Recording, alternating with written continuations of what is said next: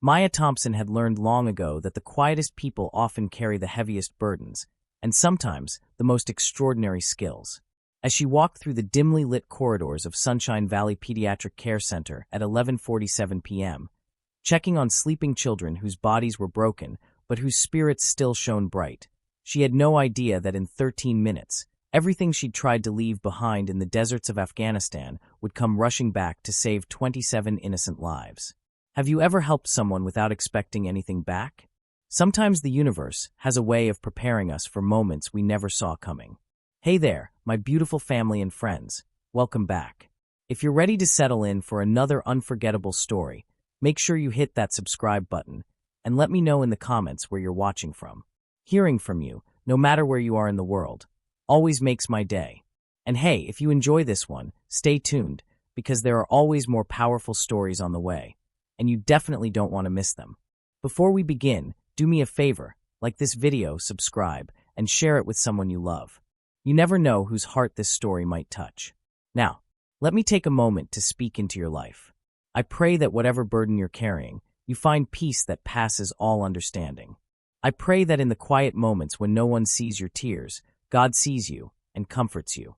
I pray for healing over every broken piece of your heart, and strength to rise again no matter how many times life has knocked you down.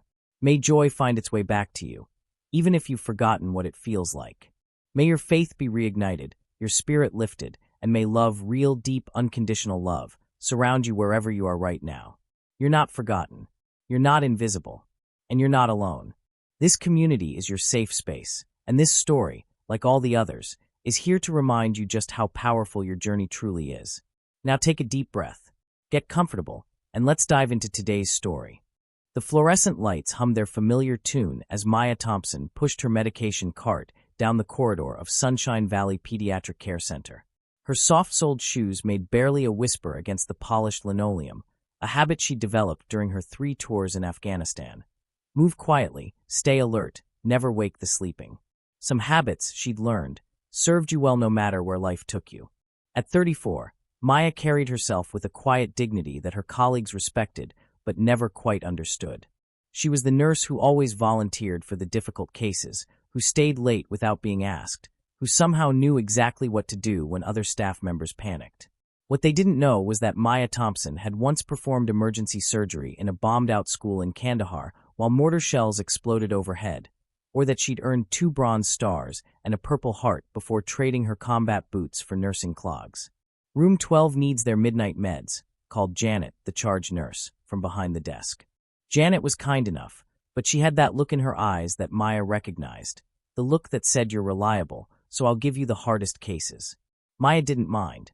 The hardest cases were often the ones who needed her most. She knocked gently on the door of room 12 before entering. Inside, 8-year-old Timothy Sterling lay sleeping, his small body dwarfed by the hospital bed and the various machines that monitored his condition. Timothy had cerebral palsy and required round-the-clock care, but his eyes, when they were open, held an intelligence and warmth that reminded Maya why she'd chosen pediatric nursing after leaving the army. "Hey there, sweetheart," she whispered, though Timothy was deep in sleep. She checked his 4-line with practiced efficiency, noting his vitals on the chart. His breathing was steady, peaceful. Maya allowed herself a small smile.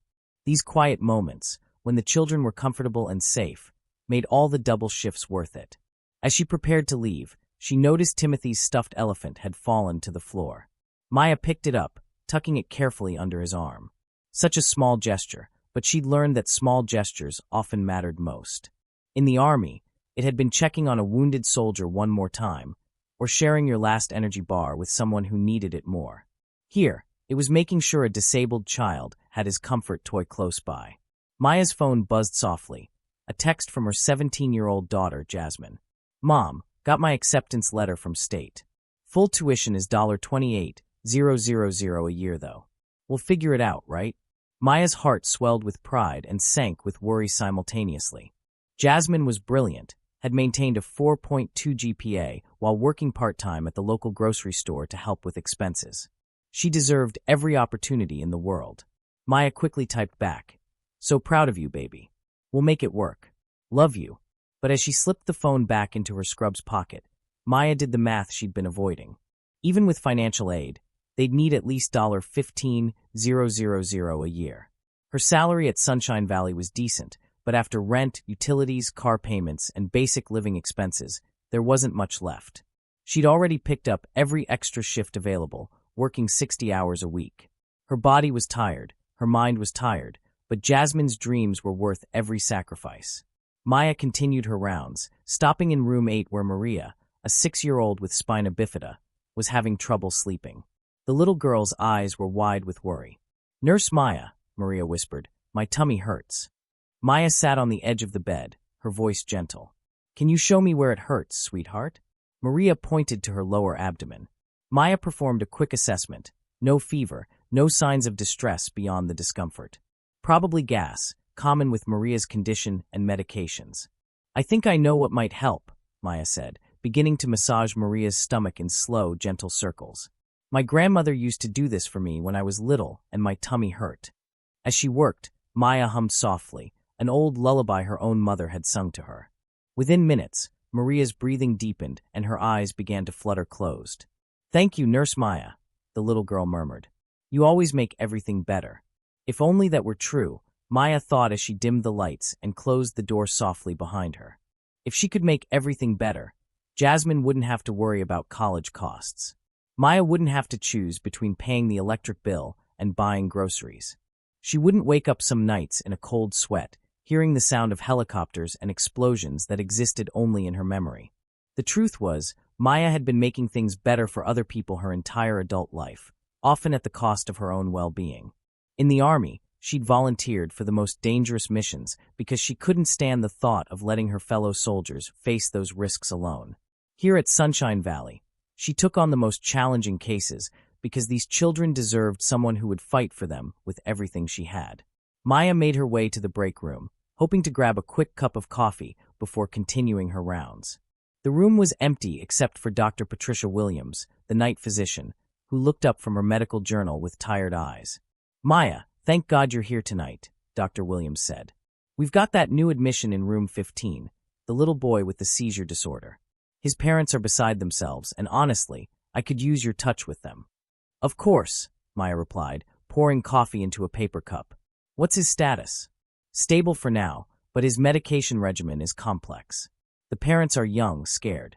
They need someone who can explain things in a way that doesn't terrify them further." Maya nodded. She'd become the unofficial family liaison over the years, the one who could translate medical jargon into human terms, who could offer comfort without false promises. It wasn't officially part of her job description, but Maya had learned that healing involved more than just medical procedures. It required compassion, patience, and the ability to see the person behind the patient. As she walked toward room 15, Maya passed the large window that overlooked the parking lot. A black sedan was pulling in, unusual for this time of night unless there was an emergency. She watched as an older white man in an expensive suit stepped out, followed by a younger woman with a clipboard. Probably administrators or inspectors, Maya thought. They came by occasionally, usually during day shifts when they could observe normal operations. Night shift visits were rare. Maya knocked on the door of room 15 and entered to find a young couple huddled beside their son's bed. The mother was crying quietly while the father held her hand, his own eyes red with exhaustion and fear. "Hi, I'm Maya, your night nurse," she said softly, approaching the bed where a 4-year-old boy lay sleeping. "Dr. Williams asked me to check on you all." "Is he going to be okay?" the mother asked immediately. "The seizures, they're so scary. We don't know what we're doing." Maya pulled up a chair, positioning herself at eye level with the parents. This was something she'd learned in the army. When delivering difficult news or providing comfort, never tower over people. Meet them where they are. "What's your son's name?" Maya asked. "Connor," the father replied. "Connor James." "Connor is beautiful," Maya said, glancing at the sleeping child. "And right now his vitals are stable. His brain activity is normal. The medication is working." She spent the next 20 minutes explaining Connor's condition in terms the parents could understand, showing them how to recognize warning signs, teaching them simple comfort measures they could provide. By the time she finished, both parents were breathing easier. "You're an angel," the mother said, squeezing Maya's hand. "I don't know how to thank you." Maya smiled. "Just love him. That's the best medicine there is." As she left room 15, Maya felt the familiar warmth that came from helping others, but also the familiar ache of her own worries. She thought about Jasmine's text, about the college tuition they couldn't afford, about the stack of bills on her kitchen table.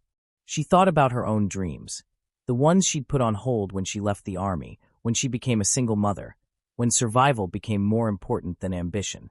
Maya had once dreamed of becoming a nurse practitioner, maybe even opening her own clinic in an underserved community.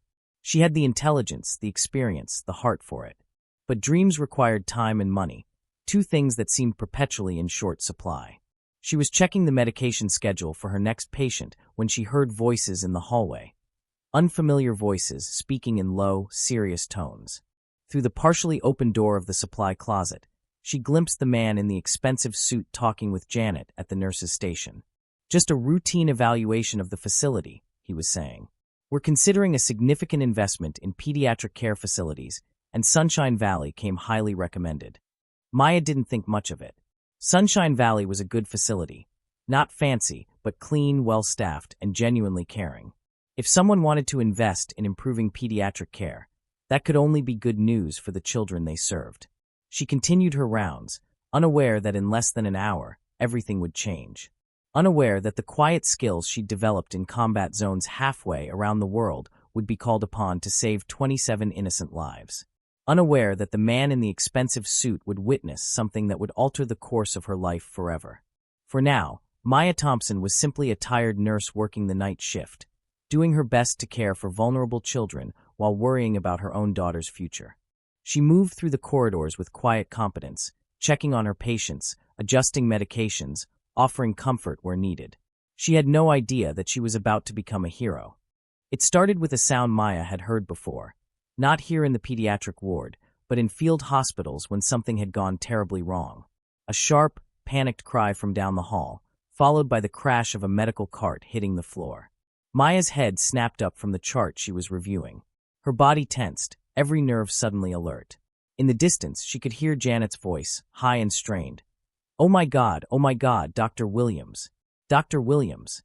Maya was moving before her conscious mind had processed the urgency, her feet carrying her swiftly down the corridor toward the commotion. As she rounded the corner into the main ward area, her blood turned to ice. Children were collapsing. Not one or two, but everywhere she looked. Small bodies going limp in their beds, sliding from wheelchairs, crumpling to the floor where they'd been walking with assistance. The night aide, Sandra, stood frozen in the doorway of room 8, her hands pressed to her mouth in horror as little Maria convulsed violently in her bed. "What's happening?" Dr. Williams appeared, running from the opposite direction, her face pale with shock. Maya's training kicked in. Not her nursing training, but something deeper, something forged in the crucible of combat medicine where hesitation meant death. Her eyes swept the scene, automatically cataloging what she saw. 27 children in various states of distress. Some unconscious, others seizing, a few still conscious, but clearly in respiratory distress. Mass casualty event. Unknown cause. Immediate triage required. "Janet, call 911. Tell them we have a potential mass poisoning. 27 pediatric victims. Need multiple ambulances," Maya commanded, her voice cutting through the chaos with startling authority. "Sandra, start moving the conscious children to the far end of the hall, away from whatever's causing this." She was already moving toward Maria's room, but Dr. Williams caught her arm. "Maya, we need to wait for." "There's no time to wait," Maya said, her voice firm but not unkind. "Look at them, Patricia. Look at their respiratory patterns. Whatever this is, it's progressing fast." In room 8, Maya reached Maria just as the little girl's seizure was intensifying. Maya's hands moved with practiced precision, turning Maria onto her side, clearing her airway, checking her pulse. The child's lips were tinged blue, oxygen deprivation. "I need O2 in here now," Maya called out. She could hear similar scenes playing out in rooms all around her. Children in distress, staff members panicking, the sound of medical equipment being hastily gathered. As Sandra brought the oxygen tank, Maya caught sight of movement in the hallway. The man in the expensive suit, the potential investor Janet had mentioned, was standing just outside the ward entrance, his face a mask of shock and growing fear. Behind him, Maya glimpsed a woman frantically talking on her phone. But Maya couldn't focus on visitors right now. Maria's seizure was subsiding, but her breathing was still labored. Maya adjusted the oxygen mask, monitoring the child's vitals while her mind raced through possibilities. Food poisoning? Environmental toxin? Medication error? Nurse Maya. A weak voice called from across the hall. Connor, the little boy with seizure disorder, was conscious but struggling to breathe. Maya's head whipped around, taking in the full scope of the crisis. This wasn't random. Whatever had affected these children had hit simultaneously, which meant they were likely dealing with airborne contamination or something in the water supply. She needed to think like a combat medic, not a pediatric nurse. Patricia, she called to Dr. Williams, who was struggling to manage 3 children at once. We need to establish a staging area. Get the children who can be moved out of the main ward. Cafeteria would work. We're looking at possible environmental contamination. Maya, I don't think. Trust me, Maya said, her voice carrying an authority that made Dr. Williams pause. I've seen this before. She hadn't, exactly, not in a pediatric ward. But she'd seen mass casualties from chemical exposure in Iraq, had coordinated triage when a supply convoy hit an IED and dozens of soldiers needed immediate care. The principles were the same. Assess, prioritize, treat the most critical first, but don't let the less critical deteriorate while you work. Maya moved from room to room with swift efficiency, her trained eye instantly categorizing each child. Red tag, immediate life-threatening conditions requiring immediate intervention. Yellow tag, serious but stable. Green tag, conscious and breathing adequately. It was battlefield triage adapted for children, and it was the difference between chaos and organized life-saving. In room 12, she found Timothy Sterling unconscious, his breathing shallow and rapid. Maya's hands moved automatically, checking airway, pulse, responsiveness. His oxygen levels were dropping fast. I need epinephrine and 4 access in room 12, she called out, already positioning Timothy's head to optimize his airway.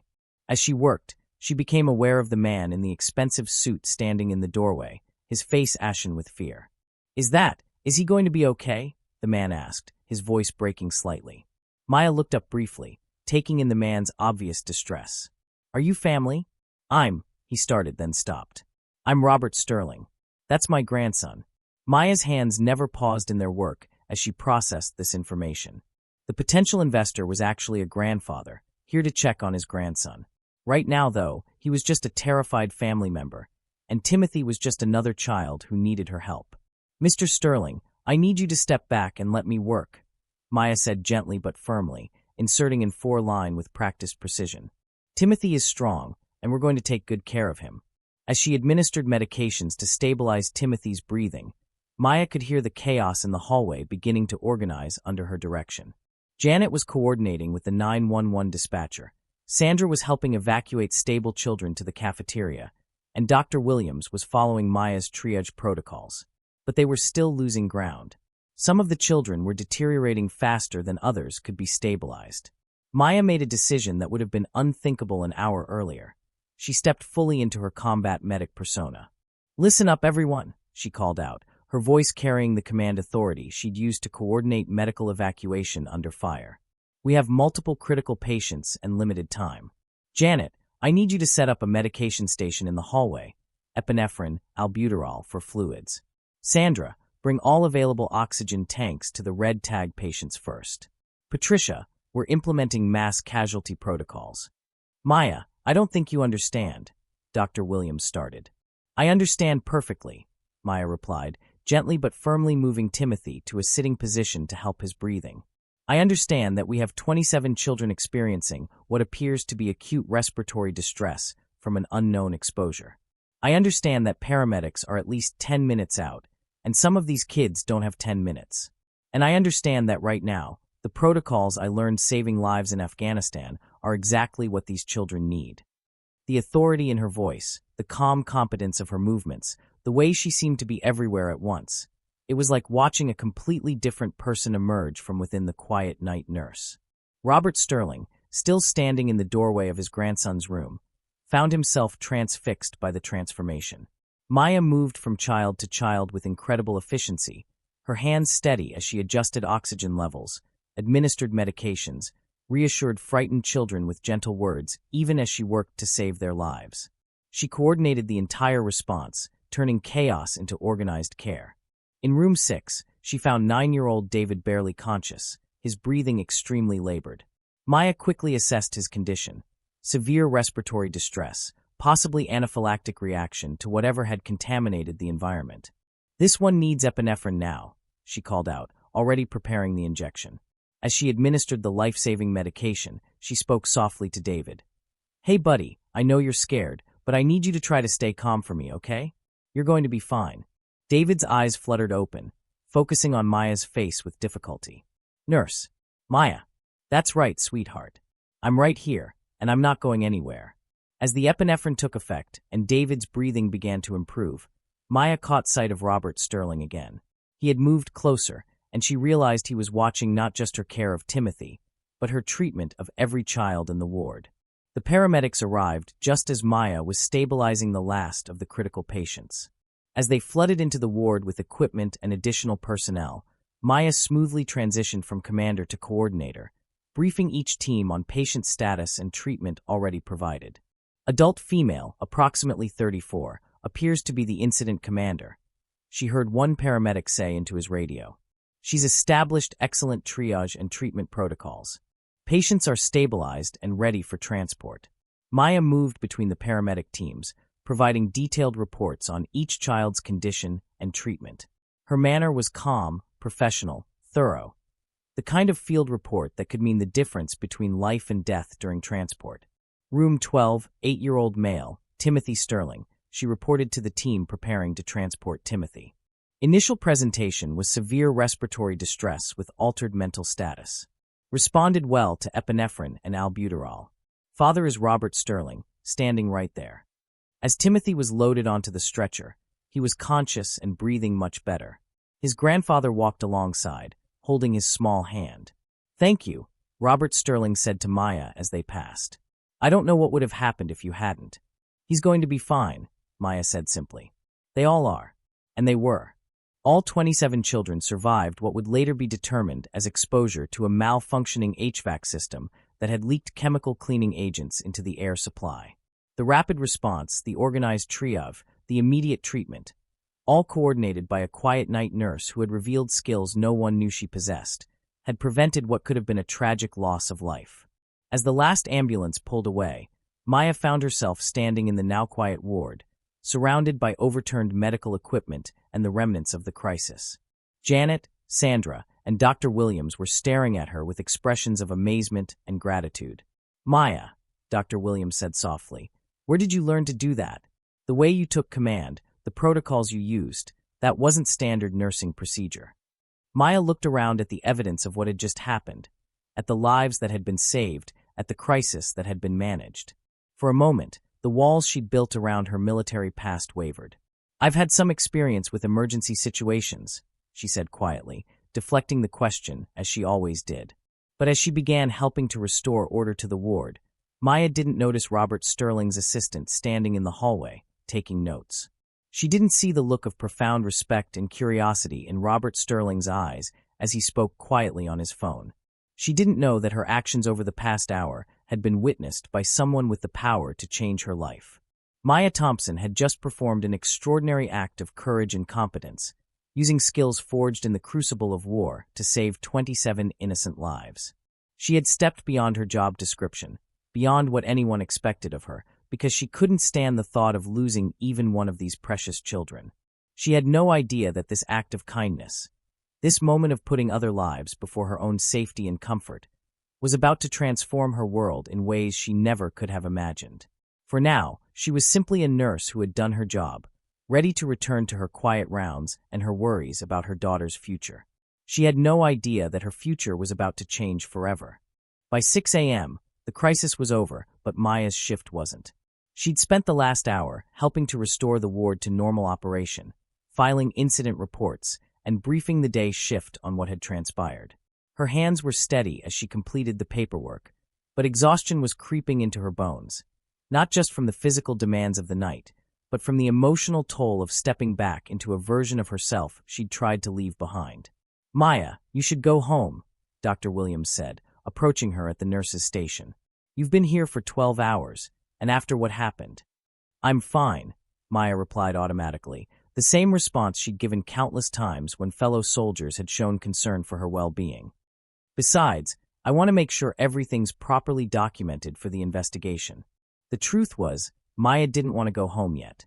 At home, she'd have to sit with what had happened, have to think about the way her military training had taken over, the way she'd felt that familiar surge of purpose and control in the midst of chaos. At home, she'd have to face the fact that for the first time in years, she'd felt truly useful.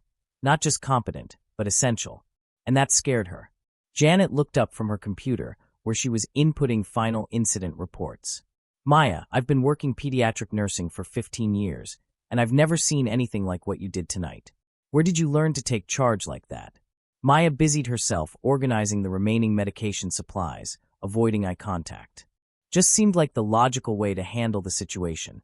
That wasn't just logic, Sandra chimed in, still visibly shaken from the night's events. That was like watching a general coordinate a battle.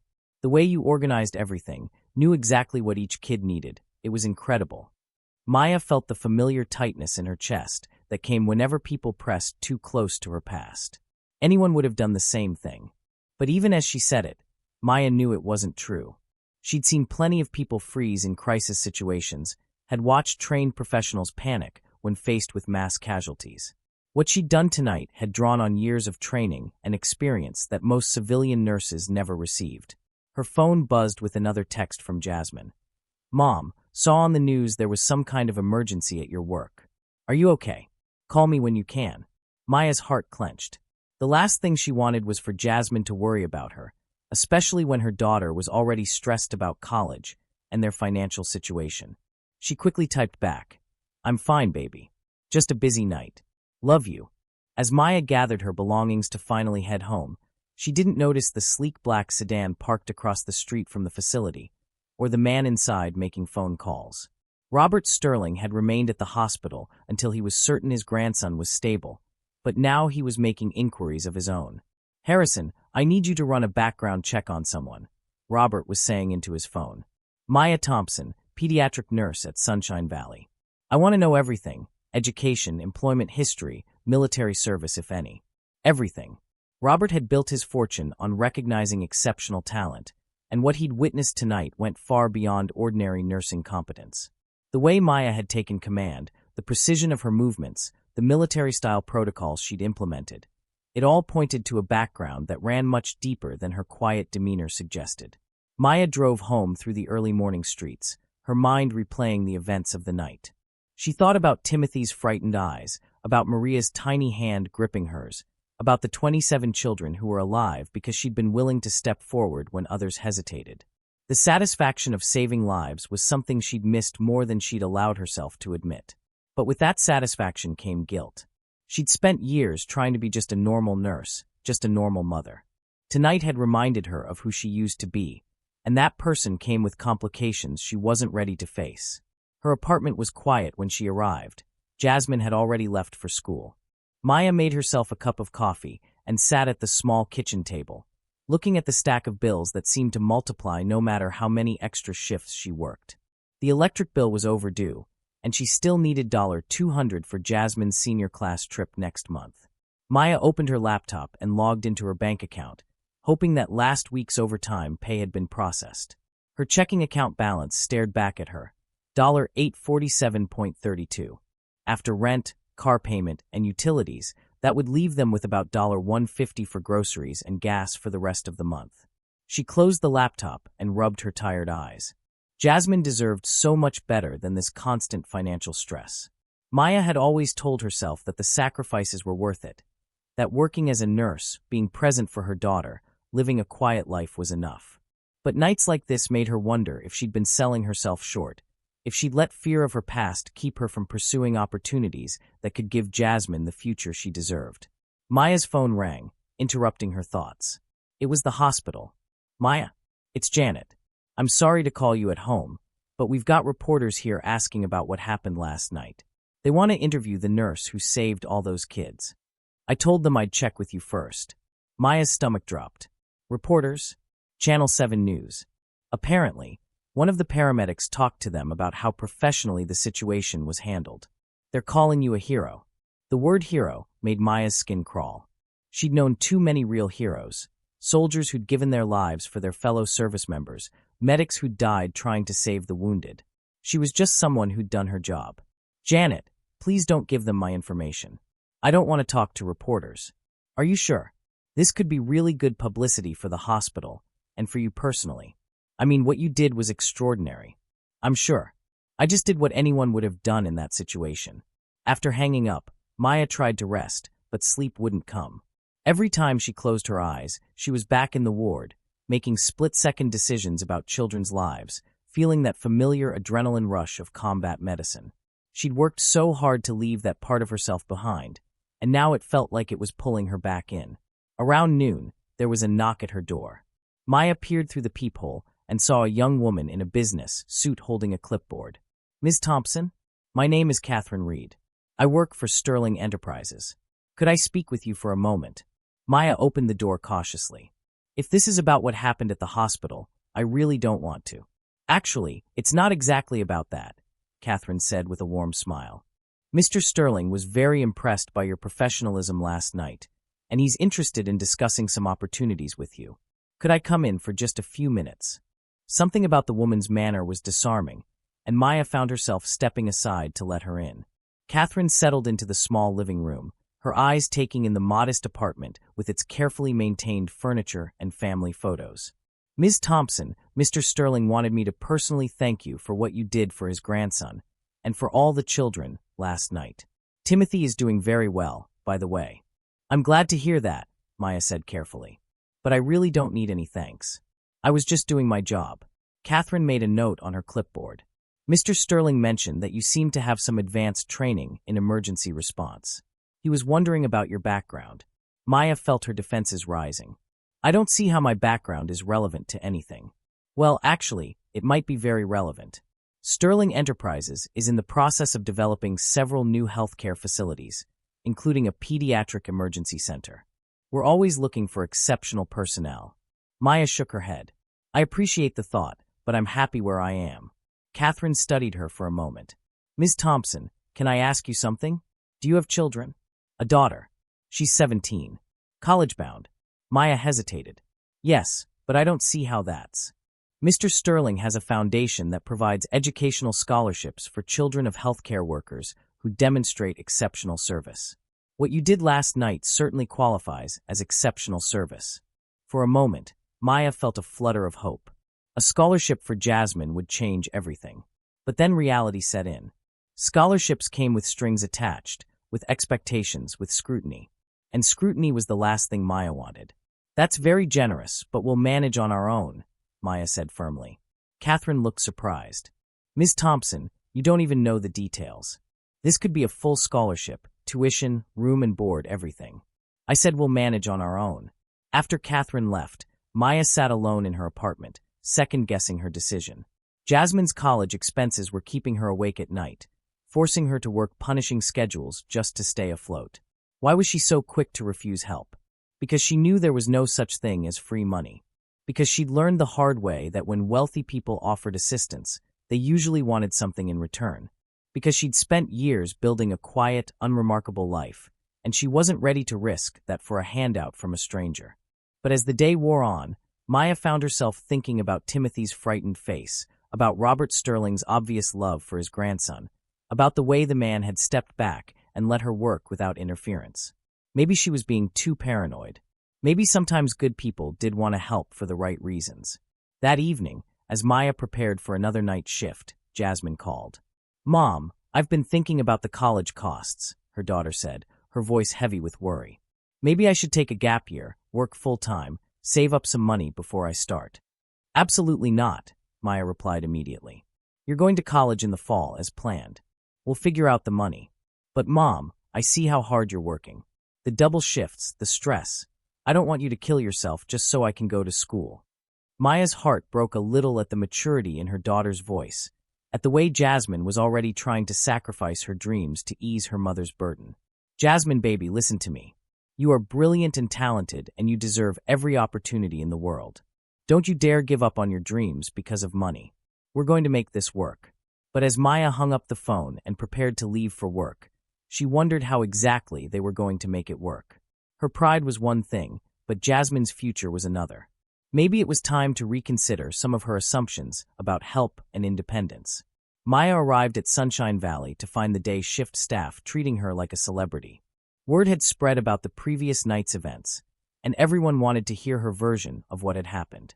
Maya deflected the attention as much as possible, focusing on getting report and starting her rounds. But as she walked through the familiar corridors, checking on patients and reviewing charts, Maya couldn't shake the feeling that something had fundamentally changed. The children looked at her differently, with a kind of awe and trust that went beyond their usual affection. Her colleagues deferred to her opinion in ways they never had before. And somewhere in the back of her mind, Maya wondered if the quiet life she'd worked so hard to build was already slipping away, whether she was ready for it or not. What Maya didn't know was that across town, Robert Sterling was reading a comprehensive report about her background, her military service, her decorations, her reasons for leaving the army. And with each page he read, his respect and determination to help her grew stronger. The act of kindness was complete, but its consequences were just beginning to unfold. Over the next 2 weeks, Maya noticed small changes at Sunshine Valley that she couldn't quite explain. There were more visitors than usual, people in business suits who claimed to be conducting routine facility assessments. The hospital's aging equipment was mysteriously being replaced with newer models.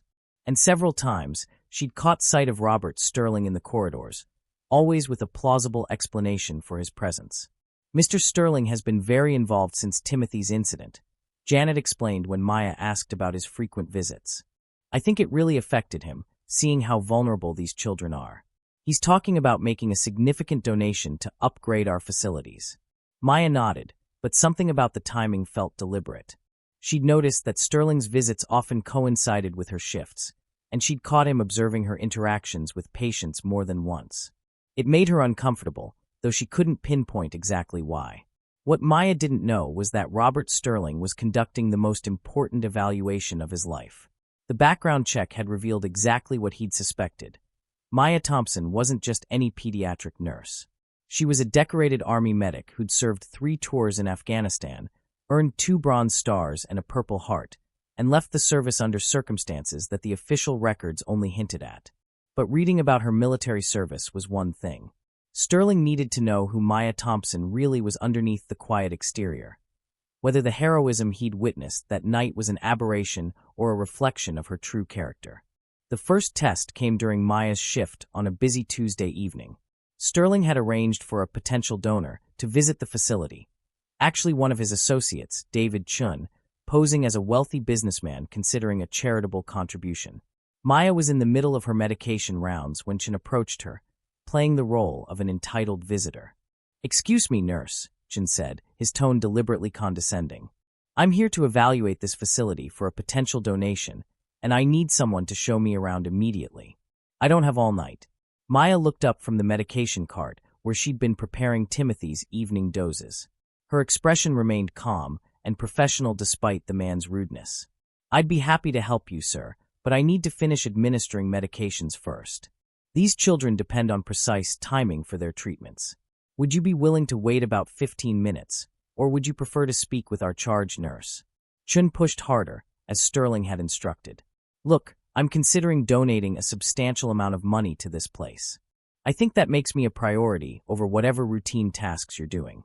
Maya's jaw tightened almost imperceptibly, but her voice remained steady. "Sir, I understand that your time is valuable, but these children's health is my first priority. No amount of money changes that. Let me call Janet. She can show you around while I finish my patient care." From his position at the end of the hallway, Sterling watched the interaction with growing admiration. Chun continued to press, becoming increasingly demanding and dismissive, but Maya never lost her composure or compromised her commitment to her patients. She found a solution that served both the visitor's needs and her children's welfare, demonstrating exactly the kind of principled leadership Sterling was looking for. The second test came 3 days later, when Sterling arranged for a family crisis scenario. He had his assistant Catherine pose as a distraught parent who'd heard about the recent emergency and was concerned about the safety of placing her disabled child at Sunshine Valley. Maya was just finishing her dinner break when Catherine approached her in the cafeteria, tears streaming down her face. "Excuse me, are you one of the nurses here?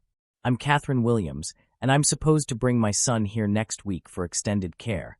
But after hearing about that terrible incident, I'm so scared. Is it safe? Are the children really okay here? Maya immediately set down her sandwich and guided Catherine to a quiet corner table. Mrs. Williams, please sit down. I can see you're upset, and I want to help you feel more confident about your son's care. For the next 45 minutes, well into what should have been Maya's break time, she patiently answered every one of Catherine's questions. She explained the facility's safety protocols, detailed the improvements that had been made since the incident, and even offered to arrange a personal tour so Catherine could see the facility's operations firsthand. The truth is, Mrs. Williams, what happened 2 weeks ago was frightening, Maya said honestly. But it also showed us how well our emergency systems work. Your son will be safer here because we've learned from that experience. Catherine continued to press with increasingly difficult questions, but Maya never became impatient or dismissive. She treated each concern with respect and provided detailed, honest answers. When Catherine mentioned worrying about the cost of care, Maya even provided information about financial assistance programs and payment plans. From across the cafeteria, Robert Sterling observed the entire interaction, making notes on his phone. Maya had given up her entire break to comfort a stranger's fears, providing information and reassurance without any expectation of recognition or reward. She'd been honest about the facility's challenges while also highlighting its strengths. Exactly the kind of balanced, principled approach he hoped to find. The third test was the most telling. Sterling arranged for a lost wallet scenario, having one of his security personnel drop a wallet containing $500 cash near the nurse's station during Maya's shift. The wallet belonged to Marcus Johnson, according to the ID inside, with an address that was actually Sterling's downtown office building. Maya found the wallet during her 2 a.m. rounds, just as Sterling had expected she would. Through the security cameras he had discreetly installed to monitor the facility's safety improvements, Sterling watched as Maya examined the contents, counted the cash, and immediately took the wallet to Janet. Someone dropped this near room 10, Maya reported. There's quite a bit of cash inside. We should probably put it in the safe and try to contact the owner first thing in the morning. Janet looked at the thick stack of $20 bills. Wow, this is a lot of money. Think anyone would notice if a little went missing? Maya's response was immediate and firm. Janet, you know that's not who we are. This money belongs to someone else, and we're going to make sure they get every penny back. But Maya went beyond just securing the wallet. The next morning, on her own time, she looked up the address and discovered it was an office building. She called the building's management company and eventually tracked down Marcus Johnson's actual office. When she discovered that the phone number went to an answering service, she drove to the building during her lunch break to deliver the wallet personally. Sterling was waiting in his office when Maya arrived, having used his real name for the appointment. She looked surprised to see him. Mr. Sterling? I wasn't expecting. I'm here to return a wallet that was lost at the hospital. The ID says Marcus Johnson, but the receptionist said this was his office. Sterling smiled, genuinely moved by her dedication.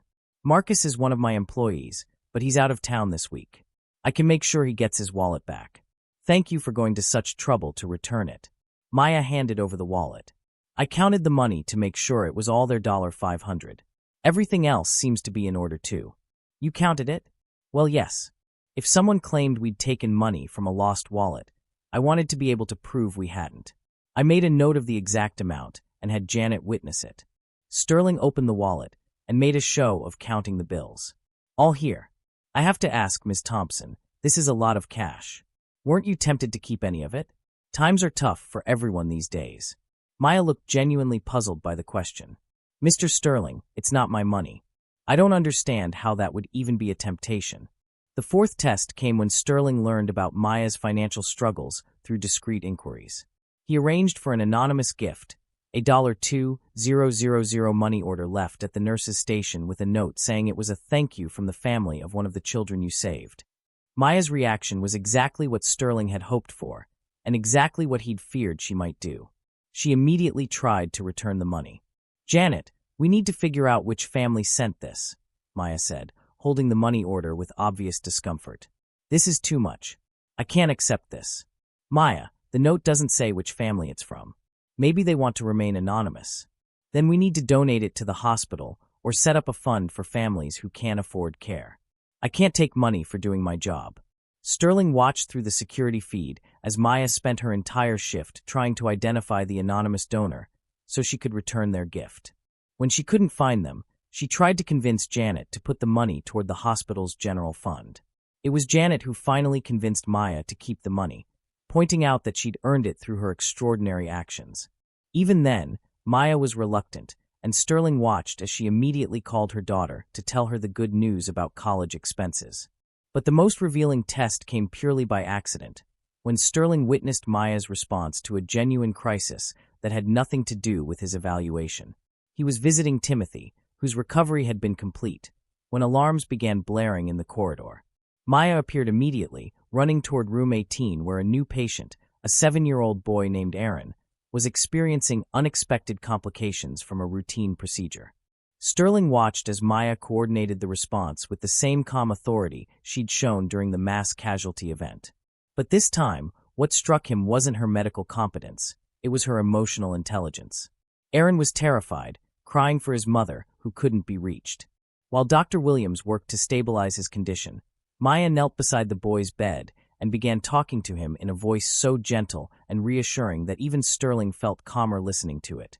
"Aaron, honey, I know you're scared, and it's okay to be scared. But I need you to listen to my voice and breathe with me, okay? Can you do that?" She began breathing deeply and slowly, exaggerating the motions so Aaron could see and follow. "In through your nose, out through your mouth. That's perfect. You're being so brave." As the medical team worked around them, Maya never stopped talking to Aaron, never stopped maintaining that physical and emotional connection that kept him calm. She told him about her own daughter, about how brave children were her heroes, about how the doctors were going to make him feel much better. "Are you a mommy?" Aaron asked weakly. "I am. I have a daughter who's almost grown up, but she'll always be my baby. Just like you'll always be your mommy's baby, even when you're big and strong. Will you stay with me until my mommy comes?" Maya glanced at Dr. Williams, who nodded. "Of course I will, sweetheart. I'm not going anywhere." Sterling watched as Maya stayed by Aaron's bedside for the next 3 hours, holding his hand, reading to him, helping him eat when he was finally stable enough for solid food. This was far beyond her job requirements. Aaron wasn't even her assigned patient. But when a child needed comfort, Maya provided it without question or expectation of recognition. When Aaron's mother finally arrived, frantic and tearful, Maya spent another 30 minutes briefing her on her son's condition and care plan. She could have simply handed the mother over to Dr. Williams, but instead she ensured that the woman felt informed and confident about her son's care. By the end of 2 weeks, Sterling had seen enough. Maya Thompson consistently demonstrated integrity, compassion, selflessness, and competence. She treated every person with dignity, regardless of their status or attitude. She went above and beyond her job requirements not for recognition or reward, but because it was simply who she was. Most importantly, she had the rare combination of technical expertise and emotional intelligence that Sterling knew was essential for the role he had in mind for her. The testing phase was complete. Maya had proven herself to be exactly the kind of person Sterling wanted to help, and exactly the kind of leader his new children's hospital needed. Now came the challenge of convincing her to accept his help and his job offer, without compromising the very qualities that made her so exceptional. It was during Maya's 3rd week back to normal shifts that Robert Sterling finally found the opening he'd been waiting for. He'd been visiting Timothy regularly, partly to monitor his grandson's continued recovery, but mostly to observe Maya's daily interactions with her patients. What he saw consistently reinforced his growing conviction that Maya Thompson was exactly the person he needed for his ambitious plans. The opportunity came on a quiet Thursday evening when Sterling arrived to find Maya sitting alone in the family lounge during her dinner break, staring at a letter in her hands. Her usual composed demeanor showed cracks of worry and exhaustion that made her look older than her 34 years.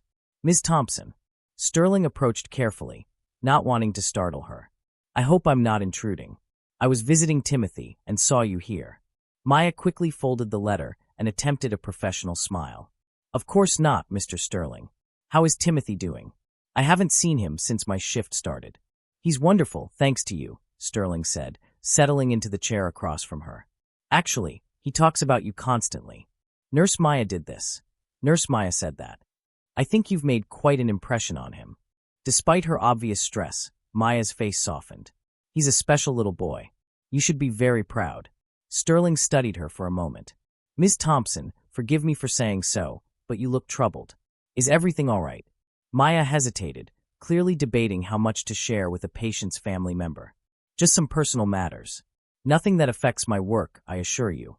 I don't doubt that for a second, Sterling said gently. But sometimes it helps to talk to someone who's not involved in the situation. What would you tell a friend who is sitting here looking as worried as you do right now? Something in his tone, kind but not pushy, genuinely concerned rather than merely curious, made Maya's defenses lower slightly. I'd probably tell them that some problems don't have good solutions, no matter how hard you think about them. Sterling waited, sensing there was more she wanted to say. Maya looked down at the folded letter in her hands. My daughter got accepted to 3 more colleges today. Full rides to 2 of them, partial scholarship to the 3rd. She's brilliant, Mr. Sterling. Absolutely brilliant. That sounds like wonderful news. You must be very proud. I am. Maya's voice was thick with emotion. But the schools that offered full rides are smaller institutions, not as prestigious as the one she really wants to attend. The school of her dreams offered partial aid, but we'd still need $22,000 a year. Maya looked up, and Sterling saw tears she was fighting to hold back. I've been working 60-hour weeks for months, picking up every extra shift available. I've cut every expense I can think of. But it's not enough, and I can't ask her to compromise her dreams because her mother can't provide what she needs. Sterling felt his heart clench at the genuine anguish in her voice. This was exactly what his background research had suggested. A single mother sacrificing everything for her child's future, too proud to ask for help even when she desperately needed it. Have you considered taking out loans? He asked gently. Maya shook her head. I already have student loans from nursing school. If I take on more debt, and something happens to me, Jasmine would be left with all of it. I won't saddle her with my financial mistakes. Sterling was quiet for a moment, choosing his words carefully. Miss Thompson, can I ask you something personal? What happened to Jasmine's father? Maya's expression hardened slightly. He hasn't been in the picture since she was 3. He decided that having a family was too much responsibility for him. That must have been incredibly difficult, raising her alone. We've managed, Maya said, her tone suggesting the topic was closed. But Sterling sensed there was more to her story, something that explained not just her current struggles, but her deep-seated reluctance to accept help from others.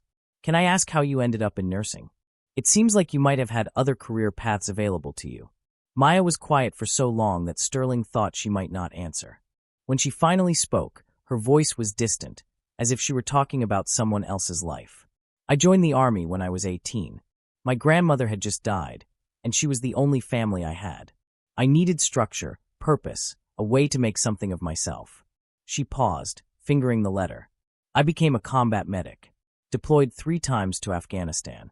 Sterling remained silent, sensing that this was the first time Maya had talked about her military service in years. I was good at it, Maya continued quietly. Really good. I saved a lot of lives over there. My commanding officers said I had natural leadership ability, that I should consider making the army my career. What changed your mind? Maya's hands tightened around the letter. I got pregnant during my 2nd tour. The father was another soldier, someone I thought I could trust, thought I loved. When I told him about the baby, he said it wasn't his problem and requested a transfer to a different unit. Sterling's jaw tightened, but he remained silent. I applied for a hardship discharge when Jasmine was born. The army tried to convince me to stay, offered me desk jobs, better assignments, fast-track promotion opportunities. But I'd seen too many military families torn apart by deployments and duty assignments. I didn't want that for my daughter. So you became a nurse. I used my GI benefits to get my nursing degree. Single motherhood while going to school full-time. Maya shook her head. Those were some of the hardest years of my life. But I was determined to build a stable, quiet life for Jasmine. No deployments, no unexpected relocations, no military politics. Sterling was beginning to understand the walls Maya had built around herself. Do you ever miss it? The army, I mean. Maya considered the question. I miss the sense of purpose. In combat medicine, you know exactly what you're fighting for. Someone's life is literally in your hands, and your training and quick thinking mean the difference between life and death. There's a clarity to that kind of work that's hard to find in civilian life. It sounds like you found some of that clarity again 2 weeks ago, during the emergency here. Maya looked up sharply, and Sterling saw a flash of the combat medic she'd once been. What do you mean? Sterling smiled gently. Ms. Thompson, I saw you take command that night. The way you organized the response, implemented triage protocols, coordinated with the paramedics, that wasn't standard nursing training. That was military leadership under fire. Maya's defenses snapped back into place. I just did what needed to be done. You saved 27 lives, including my grandson's. And you did it with a level of skill and composure that I've rarely seen in civilian settings. Maya stood abruptly, clearly uncomfortable with the direction of the conversation. Mr. Sterling, I should get back to my shift. Ms. Thompson, wait. Sterling rose as well. I'm not trying to make you uncomfortable. I'm trying to understand who you really are, because I think you're selling yourself short. What do you mean? Sterling took a deep breath, deciding to reveal more of his own story. Ms. Thompson, I didn't become successful by accident. I built my business by recognizing exceptional talent and creating opportunities for people to use their abilities to their fullest potential. Maya frowned. I don't understand what that has to do with me. It has everything to do with you. What I witnessed 2 weeks ago wasn't just good nursing. It was exceptional leadership under extreme pressure. You have skills and experience that most healthcare administrators would kill for. Maya shook her head. Mr. Sterling, I appreciate what you're saying, but I'm exactly where I want to be. I'm a pediatric nurse. I take care of sick children. It's honest work, and it's enough. Is it? Sterling challenged gently. Is it enough when your daughter has to choose between her dream school and your financial reality? Is it enough when you're working yourself to exhaustion just to pay basic bills? Maya's eyes flashed with anger. Mr. Sterling, with all due respect, my financial situation is not your concern. You're right, it's not, Sterling agreed. But my grandson's life is my concern, and you saved it. That makes you my concern, whether you like it or not. The two stood facing each other in the quiet family lounge, Maya's military bearing evident in her straight posture and direct gaze, Sterling's business acumen showing in his calm but determined demeanor. Ms. Thompson, can I tell you something about myself? Sterling asked. I wasn't born wealthy. My father was a construction worker who died in an industrial accident when I was 12. My mother cleaned office buildings at night to keep food on the table. Maya's expression softened slightly at this unexpected revelation. I built my company from nothing because I understood what it meant to struggle, to have talent and ambition, but no opportunities to use them. Over the years, I've made it my mission to find people like you, people with extraordinary abilities who are stuck in situations that don't allow them to reach their potential. Mr. Sterling, let me finish, he said gently. 2 weeks ago, I came here as a potential donor, someone considering making a charitable contribution to upgrade this facility. What I found was something much more valuable than I expected. I found you. Maya remained silent, but Sterling could see she was listening. I've been in business for over 30 years, Ms. Thompson. I've worked with CEOs, hospital administrators, military commanders, government officials. I know leadership when I see it. And what you displayed that night, the calm under pressure, the instant assessment and response, the ability to coordinate multiple people toward a common goal, that's not something that can be taught. That's natural talent combined with exceptional training and experience. Sterling moved closer, his voice becoming more earnest. I'm in the process of building a new children's hospital. State-of-the-art facility, serving some of the most vulnerable populations in the city. I need someone to head up the emergency services department, someone who understands both the medical and administrative sides of crisis management. Maya stared at him. Mr. Sterling, I'm not qualified for. You're the most qualified person I've ever met for this position, Sterling interrupted. You have the medical training, the leadership experience, the ability to make life-and-death decisions under pressure. Most importantly, you have the heart for it. I've watched you with these children, seen how you care for them. Maya was quiet for a long moment. Even if what you're saying is true, and I'm not saying it is, I can't take on that kind of responsibility. Administrative positions require long hours, political navigation, budget management. I need a job that lets me be present for my daughter. Sterling smiled. Ms. Thompson, the salary for this position would be $180,000 annually, plus full benefits and education assistance for dependents. Your daughter could attend any college she wanted without you having to work a single overtime hour. Maya's eyes widened, and Sterling saw her resolve waver for just a moment before her defenses reasserted themselves. "Mr. Sterling, I appreciate the offer, but there's no such thing as free money. What would you expect in return for this generosity?" Sterling's expression grew serious. "I'd expect you to use your talents to build the best pediatric emergency services department in the state. I'd expect you to hire and train staff who share your commitment to excellence.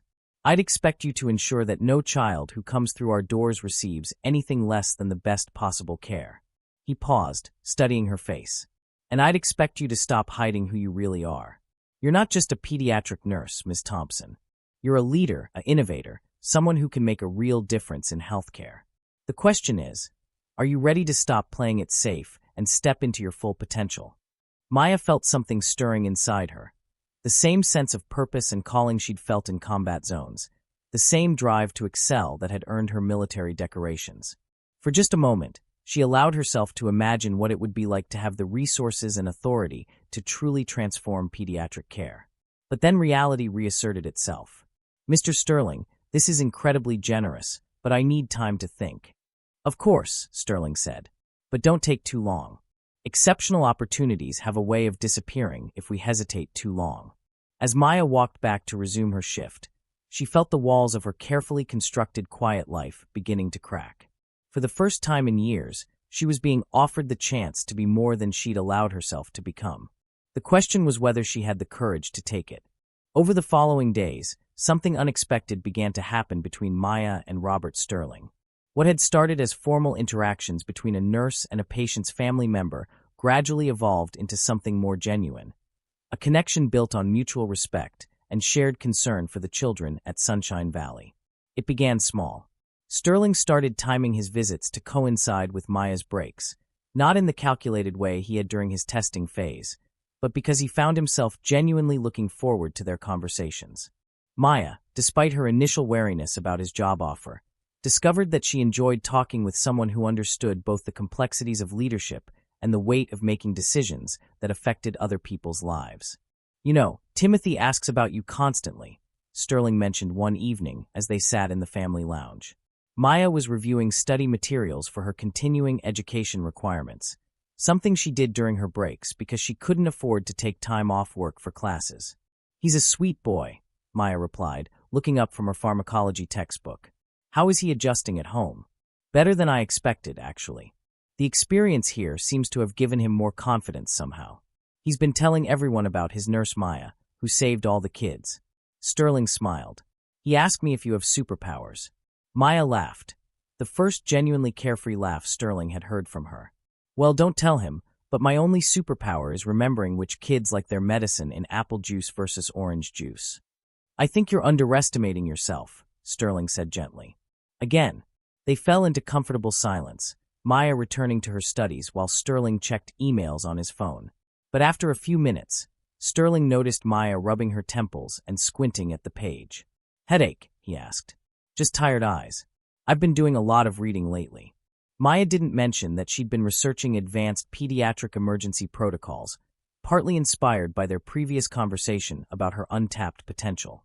Sterling observed her for a moment. "Ms. Thompson, can I ask you something? Why are you studying pharmacology during your dinner break instead of, I don't know, reading a novel or calling your daughter?" Maya looked up, slightly defensive. "Continuing education is required to maintain my nursing license.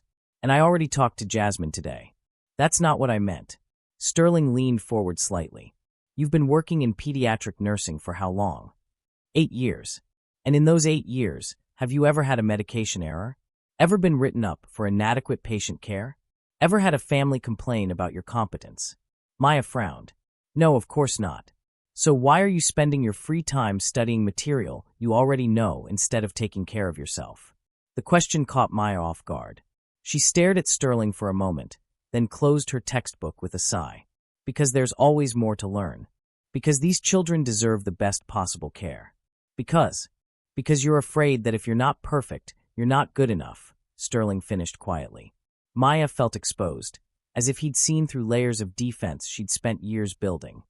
"Mr. Sterling, I don't think. I recognize it because I do the same thing," he admitted. "When you grow up with nothing, when you have to fight for every opportunity, You develop this belief that you have to be twice as good as everyone else just to be considered adequate. Maya looked at him with new understanding. Is that why you work so hard to help people like me? Because you remember what it felt like to struggle? Sterling nodded. Partly. But also because I've learned that talent without opportunity is one of the greatest wastes in the world. And you, Ms. Thompson, represent an enormous waste of talent. Before Maya could respond, her phone buzzed with a text from Jasmine. Mom, working late at the store tonight. Don't wait up. Love you. Sterling noticed the change in Maya's expression as she read the message. Everything okay? Jasmine's working extra shifts at the grocery store to help save money for college, Maya explained. She should be focusing on her studies, enjoying her senior year, but instead she's working nights and weekends because she knows how tight money is. Sterling felt his resolve strengthen. How many hours is she working? 25 hours a week, plus school. Maya's voice was thick with guilt. She maintains a 4.2 GPA while working part-time and helping with household responsibilities. She's 17 years old, and she's more responsible than most adults I know. She learned that from you, Sterling said softly. Maya shook her head. She learned it because she had to. Because her mother couldn't provide a stable enough life that she could just be a kid. Ms. Thompson, can I tell you what I see when I look at your situation? Sterling asked. I see a young woman who raised herself from nothing, served her country with distinction, and has been raising a brilliant daughter as a single parent while working in one of the most emotionally demanding professions there is. I see someone who has consistently put others' needs before her own, who has made enormous sacrifices for her child's future. Maya looked uncomfortable with the praise. I've just done what any parent would do. No, you haven't, Sterling said firmly. Most parents would have taken the easy path, would have stayed in the military for the benefits and stable pay, would have remarried for financial security, would have chosen a less demanding career. You chose the harder path because you believed it was better for your daughter. Sterling paused, choosing his next words carefully. But what if I told you there was a way to give Jasmine everything she deserves without sacrificing your own well-being? What if you could use your talents to help hundreds of children while also securing your daughter's future? Maya was quiet for a long moment. Mr. Sterling, your job offer is incredibly generous, but I need you to understand something. I've spent years building a life where I'm not dependent on anyone else, where I don't owe anyone anything. Independence is worth more to me than money. Sterling leaned back in his chair, studying her face. What if it wasn't about dependence? What if it was about partnership? What do you mean? What if, instead of offering you a job, I offered you the opportunity to build something from the ground up, to create the kind of pediatric emergency services program you think should exist? Maya looked intrigued despite herself. I don't understand. Sterling pulled out his phone and showed her architectural renderings of a modern hospital complex. This is the Sterling Children's Hospital. Groundbreaking starts in 6 months. It's designed to be the most advanced pediatric facility in the region, with a focus on emergency and trauma care. Maya found herself leaning forward to study the images. The facility was beautiful, spacious, modern, clearly designed with both medical functionality and child-friendly aesthetics in mind. I'm not just looking for someone to manage an existing department, Sterling continued. I'm looking for someone to design the entire program from scratch. Hire the staff, develop the protocols, create the culture. Someone who understands both the medical and human sides of pediatric emergency care. Maya felt a stirring of excitement that she hadn't experienced in years. That's exactly the kind of program I've always thought should exist. Evidence-based protocols combined with family-centered care, staff training that emphasizes both technical skills and emotional intelligence. She caught herself getting carried away and pulled back. But Mr. Sterling, I don't have the administrative experience for something like that. I've never managed budgets or supervised large teams or dealt with hospital politics. You managed a mass casualty event with no preparation and no support staff, Sterling pointed out. You coordinated multiple medical professionals, made life and death decisions under extreme pressure, and saved 27 lives. If you can do that, you can learn budget management. Maya was silent for several minutes, studying the hospital renderings. Sterling watched as her expression shifted from skepticism to genuine interest to cautious hope. Can I ask you something, Mr. Sterling? Maya finally said. Why me? I mean, really. You could hire someone with decades of administrative experience, someone with advanced degrees and proven track records. Why offer this to a pediatric nurse you've known for 3 weeks? Sterling considered how to answer honestly without revealing the full extent of his investigation into her background. Because in 3 weeks, I've seen you demonstrate more genuine leadership and compassion than I've seen in years of working with so-called experts. Because when Timothy was in crisis, you didn't see the grandson of a wealthy man. You saw a sick child who needed help. Because when those 27 children were in danger, you didn't hesitate to use every skill you possessed to save them. He paused, his voice becoming more earnest.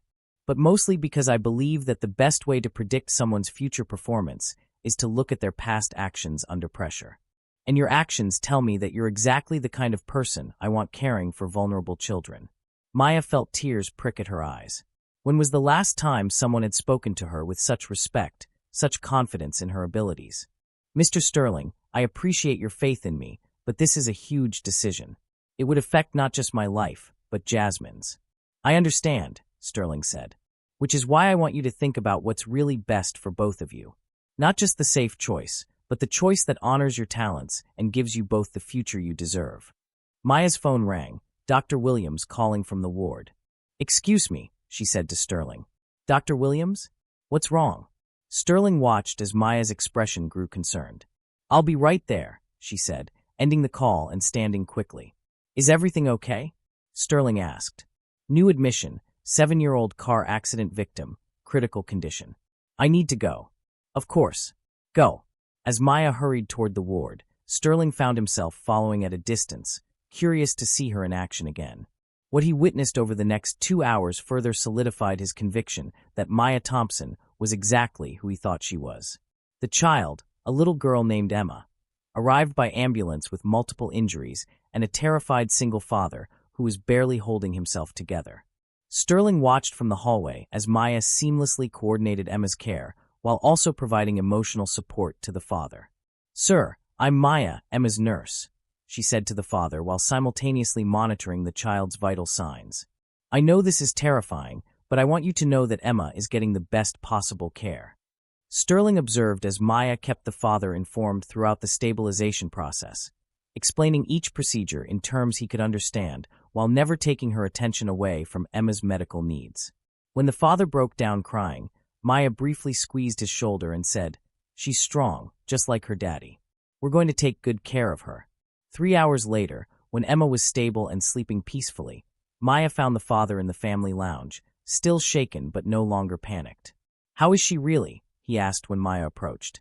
She's going to be fine, Maya said, settling into the chair beside him.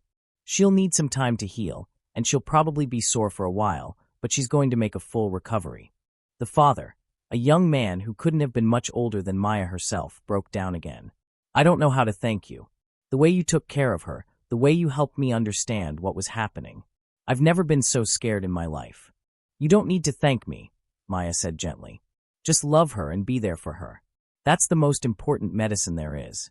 Sterling, still watching from the corridor, felt his throat tighten with emotion. This was why Maya belonged in pediatric emergency medicine, not just because of her technical skills, but because of her ability to heal families, not just patients. As Maya finally returned to the lounge around midnight, she looked exhausted but satisfied. Sterling was still there, having spent the evening reading while waiting for her. Long night, she said, settling back into her chair. How's Emma? She's going to be fine. Her father is sleeping in the chair beside her bed. I didn't have the heart to enforce visiting hours tonight. Sterling smiled. I don't imagine you enforce many rules when it comes to families in crisis. Rules are important, but people are more important, Maya said simply. They sat in comfortable silence for a few minutes before Sterling spoke again. Ms. Thompson, after watching you tonight, I'm even more convinced that you belong in a position where you can make a real difference in pediatric emergency care. Maya looked at him thoughtfully. Mr. Sterling, can I ask you something? What would happen if I took this job and failed? What if I'm not as capable as you think I am? Sterling's expression grew serious. Maya, can I call you Maya? She nodded. Maya, in all my years of business, I've learned that the people who worry about failing are usually the ones who work hardest to succeed. The people who should worry about failing never do. They're too arrogant to consider the possibility. He leaned forward. But let me ask you something. What happens if you don't take this opportunity? What happens if you stay in a position that doesn't challenge you, doesn't use your full abilities, doesn't provide financial security for your daughter? Maya was quiet for a long moment. I don't know, she admitted finally. I think you do know, Sterling said gently. I think you know that you'll spend the rest of your life wondering what if. And I think Jasmine will spend her college years working multiple jobs to pay for school instead of focusing on her education. As Maya considered his words, she felt something shifting inside her, a growing sense that maybe, just maybe, it was time to stop playing it safe and start living up to her potential. What would you do in this situation? Sometimes the biggest risk isn't taking a chance on something new. It's staying exactly where you are.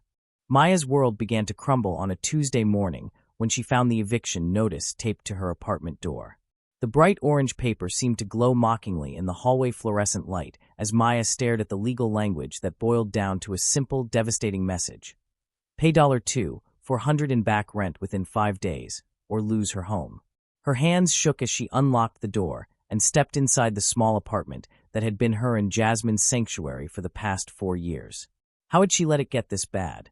She'd been so focused on working extra shifts to save for Jasmine's college expenses that she'd fallen behind on everything else. First the electric bill, then the car payment, and now this. Maya sank onto the worn couch and stared at the notice. 5 days. Even with the overtime she'd been pulling, there was no way she could come up with that much money in 5 days. Her savings account had been drained months ago, her credit cards were maxed out from previous emergencies, and she'd already borrowed against her retirement fund to cover Jasmine's senior year expenses. Her phone buzzed with a text from Jasmine. Mom, staying after school for college prep meeting. Home by 6. Love you. Maya's heart clenched. Jasmine had no idea how precarious their situation had become. Maya had worked so hard to shield her daughter from the financial stress, taking on extra shifts while Jasmine slept, juggling bills and payment plans without ever letting on how close to the edge they really were. Now that edge had crumbled beneath her feet. Maya's phone rang, her landlord's number on the display. She considered not answering, but avoidance had already gotten her into this mess. Hello, Mr. Peterson. Maya, I assume you got my notice. Look, I don't want to do this, but I've got my own mortgage to pay. You're 3 months behind now. I know, and I'm sorry. I've been working extra shifts, and I should have the money soon. Maya, you've been telling me that for 2 months. I gave you extensions because you're a good tenant and Jasmine's a sweet kid, but I can't carry you anymore. 5 days, or I have to start formal eviction proceedings.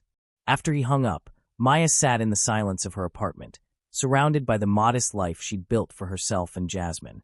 Family photos on the mantel, Jasmine's honor roll certificates on the refrigerator, the small bookshelf filled with nursing textbooks and young adult novels they'd shared. This wasn't just an apartment, it was home, stability, the safe haven she'd promised Jasmine when she'd left the army. Maya opened her laptop and logged into her bank account, hoping against hope that she'd miscalculated somewhere. The numbers stared back at her with brutal honesty. $127.43 in checking, $0 in savings, and credit cards that were not just maxed out, but over the limit with penalty fees. She thought about Robert Sterling's job offer, sitting like a lifeline just out of reach. $180,000 a year plus benefits. Full education assistance for Jasmine. It would solve every financial problem they had, give Jasmine the future she deserved, maybe even allow Maya to dream again about her own goals. But taking that job would mean admitting that she couldn't make it on her own, that all her years of careful independence had been an illusion. It would mean owing someone, being beholden to someone else's expectations and demands. It would mean stepping back into a world of high stakes and high pressure that she deliberately left behind. Maya closed the laptop and looked around the apartment again. Was her pride really worth more than her daughter's security? Her phone rang again. This time it was Janet from the hospital. Maya, I'm sorry to call you at home, but we've got a problem. The state inspection team showed up unannounced, and they're asking specifically about the incident from last month. They want to interview you about the protocols you used. Maya's stomach dropped. State inspections could result in citations, fines, or even license suspensions if they found that proper procedures hadn't been followed. What kind of questions are they asking? They're concerned that you implemented non-standard protocols without proper authorization. Apparently, someone filed a complaint suggesting that you exceeded your scope of practice during the emergency response. Maya felt the world tilt beneath her feet. Janet, Everything I did was to save those children's lives. Every decision was medically sound. I know that, and you know that, but they're talking about protocol violations, unauthorized assumption of command authority, practicing medicine without proper supervision. Maya, they could recommend disciplinary action against your nursing license. After Janet hung up, Maya sat staring at her phone in disbelief. Not only was she facing eviction, but now her nursing license, her livelihood, her identity, everything she'd built her adult life around, was potentially in jeopardy. The irony was crushing. She'd saved 27 children's lives, and now she was being investigated for doing it too well, too competently, with too much authority. Maya drove to work that evening with the weight of the world on her shoulders. She had 4 days to come up with $2,400 for rent. Her professional license was under investigation, and she hadn't told Jasmine about any of it. As she walked through the corridors of Sunshine Valley, the familiar environment felt different, less like a sanctuary and more like a reminder of how limited her options had become. "Maya, there you are." Dr. Williams approached her at the nurse's station. "I heard about the state investigation. How are you holding up?" "I'm fine," Maya replied automatically, the lie coming easily after years of practice. Dr. Williams studied her face. "Maya, you look exhausted. When's the last time you took a day off?" Maya couldn't remember. Between her regular shifts and overtime, she'd been working 6 days a week for months. "I'm fine," she repeated. But she wasn't fine. As Maya began her shift, she found it harder than usual to maintain her usual composure. Her interactions with patients were still professional and caring, but she felt like she was going through the motions, like she was watching herself from outside her body. It was during her dinner break that she encountered Robert Sterling again, visiting Timothy in the family lounge. Sterling took one look at her face, and his expression grew concerned. "Maya, are you all right? You look like you haven't slept in days." Maya attempted her professional smile. "Just tired. Long week." But Sterling had spent enough time observing Maya to recognize when she was deflecting. "What's wrong?" The simple question, asked with genuine concern, nearly broke Maya's composure. She felt tears threatening and looked away quickly. "Nothing I can't handle." Sterling was quiet for a moment, then spoke carefully. "Maya, I know we don't know each other very well, but I consider you a friend. If there's anything I can do to help." Maya almost laughed at the bitter irony. The man who'd offered her a life-changing opportunity was asking if he could help, while she sat there too proud to admit she was drowning.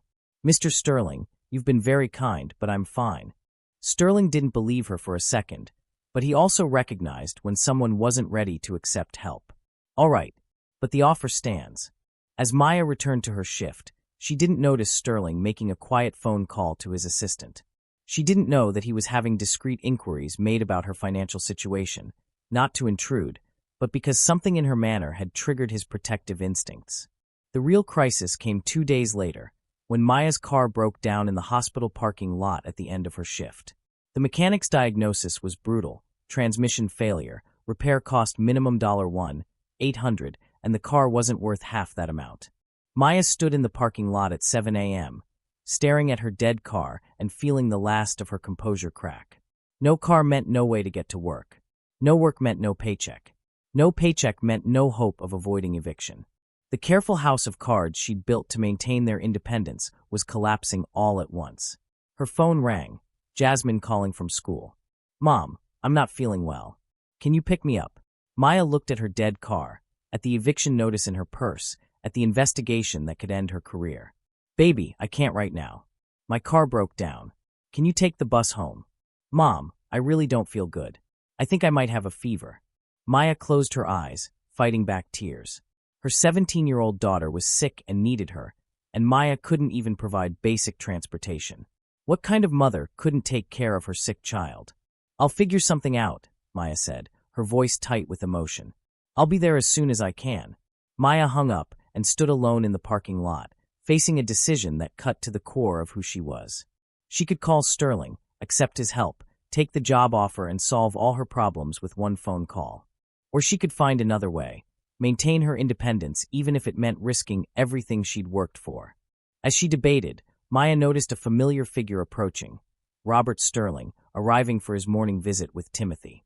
He saw her standing beside her obviously broken-down car and walked over. "Car trouble?" he asked gently. Maya's composure finally cracked. Tears she'd been holding back for days began to fall, and once they started, she couldn't stop them. "I'm sorry," she said, wiping her eyes frantically. I don't usually." Sterling pulled out his phone. "Let me call you a taxi to get home. We can worry about the car later." "I can't afford a taxi," Maya admitted, the words coming out in a broken whisper. "I can't afford anything. I'm being evicted in 2 days, my nursing license is under investigation, my daughter is sick at school, and I can't even pick her up because my car is dead and I don't have money to fix it." Sterling's heart broke at the raw pain in her voice, at seeing this strong, competent woman brought to her knees by circumstances beyond her control. "Maya," he said softly, "let me help you." Maya shook her head, still crying. "I can't keep accepting help from people. I can't keep being someone who needs to be rescued." "This isn't about being rescued," Sterling said firmly. "This is about being human.